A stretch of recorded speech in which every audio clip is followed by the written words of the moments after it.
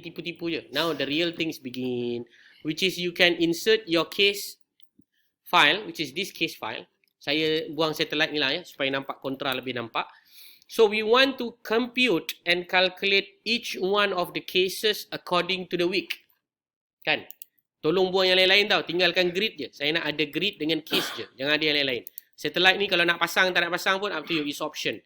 In my case, I may want to remove it at the moment lah, so that my RAM are quite useful.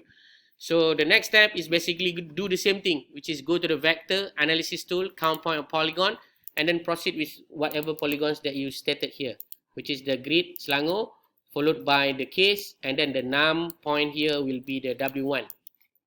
Okay, sorry, not W1, all kumulatif.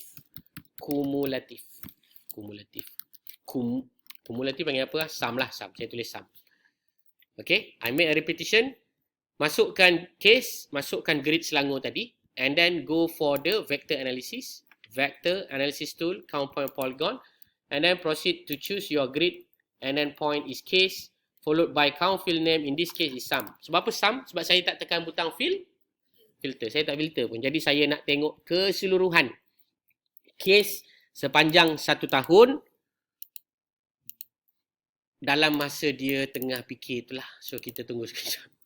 Change the strategy. All of you might not want to follow sebab apa yang saya nak buat ni agak cepat. Saya akan buat benda yang sama, but I want to create a different grid, but this grid no longer consists of 0.001, it's 0.1 only, under the case of under the extent of the Selangor Ku, and then change it as a following grid lah, bukan grid kedua, grid 1 km. Okay, so I'm going to apply it, and then I'm going to use the same thing, which is I already explained before, geometry geoprocessing tool under intersection, grid 1 km followed by the Selangor Ku, and then run. So same like before, but different. This one is a little bit different because I make it much more bigger. Okay. So I'm going to save as shapefile also, and then followed by another one, which is the grid Selangor A 1 km. Save, and then followed by OK. Alright, so done. I got this layer and remove it accordingly. So I'm going to share with you the grid Selangor. The grid Selangor are going to be shared with you now for 1 km. So you can use it for your own.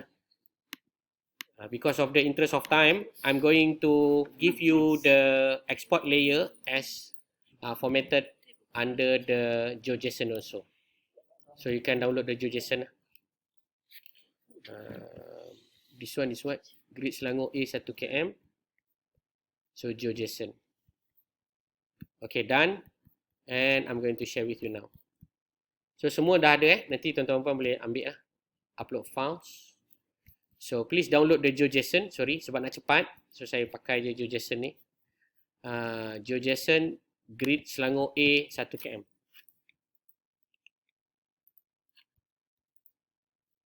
Okay, done.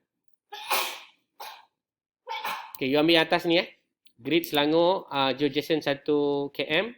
After you upload it inside your QGIS, please save it accordingly. You akan save it sebagai apa? Sebagai shapefile. Alright.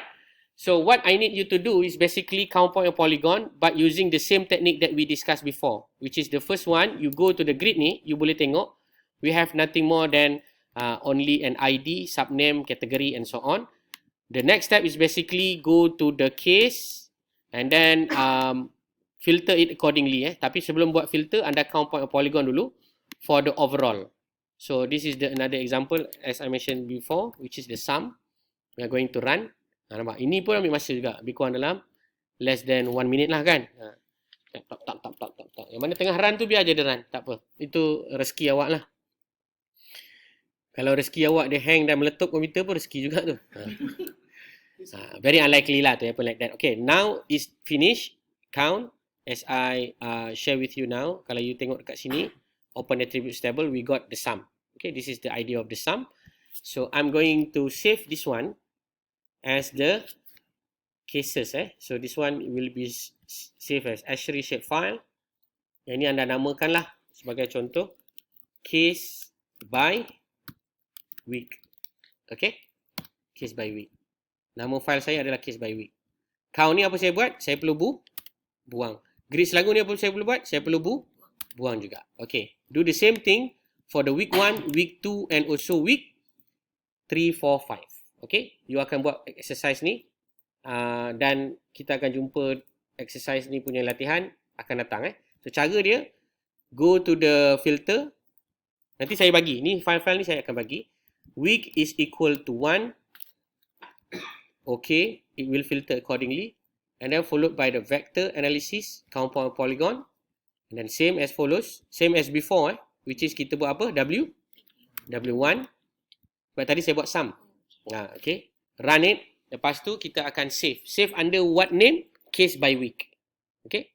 Ni kalau saya dah tolong buat pun sekejap lagi siap lah ni. So anda pun tak buat apa-apa kan? Saya bagi anda buat untuk week 3, 4, 5 lah. Sekejap puan Okay. So now the count is there already. Open the table tables. You got the W1. Betul? Okay. So do the same thing. I buat nombor 2 lah. Nombor 2. I buat nombor 1, nombor 2 je. Yang lebih you buat Case by week. Save. Dia akan keluar prompt seperti ini. Replace. Followed by another one. Override. Yes, of course. Buat macam tadi lah. Yes, sebenarnya buat sama macam tadi. Yes, that is very correct. Just do the same thing. But the difference is now using the grid format. Okay, this one is week is equal to 2. Filter it accordingly. Nanti case by week ni sekejap lagi ni saya bagi. Before we end our session, I will give it to you lah. So that you can practice on your own. Count point polygon. And then followed by the point. Siapa yang tak siap, nanti jangan masuk kelas tau. Ganas betul siapkan dululah. Tak adalah, nanti anda buat sebagai kerja rumah. Sebab you all pun dah nak balik sekejap lagi. So next week kita akan belajar tentang StatCal and also the functions of the statistics. Yang ni, geospatial ni, kita boleh buat kemudian lah. Kalau nak buat geospatial terus minggu depan pun boleh. Up to you. Nak continue?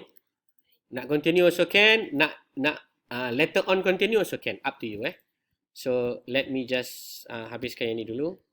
Saya rasa saya continue later on lah. Sebab saya nak buat dulu statistik. So that you can have the idea bila kita dah start buat analysis. Alright. So make sure you have the case by week after this. And it should have week 1, week 2, week 3, 4 and 5. Okay. Why I need you to produce all these things?